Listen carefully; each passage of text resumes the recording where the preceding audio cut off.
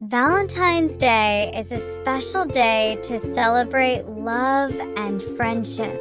It happens every year on February 14th in many countries around the world.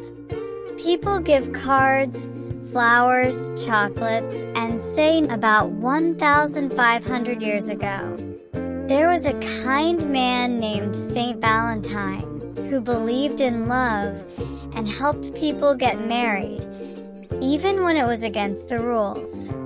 Because he was so kind and cared about others, people started to celebrate love in his honor on this day.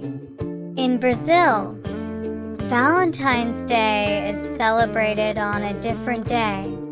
It's called Dia dos Namorados, which means Lover's Day, and it happens on June 12th.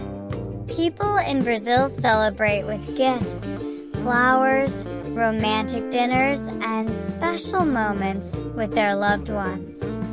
They chose this date because it's the day before St. Anthony's Day, June 13th, who is known as the saint of marriage and love. Whether it's in February or June, the idea of Valentine's Day is the same, showing love and kindness to the people you care about.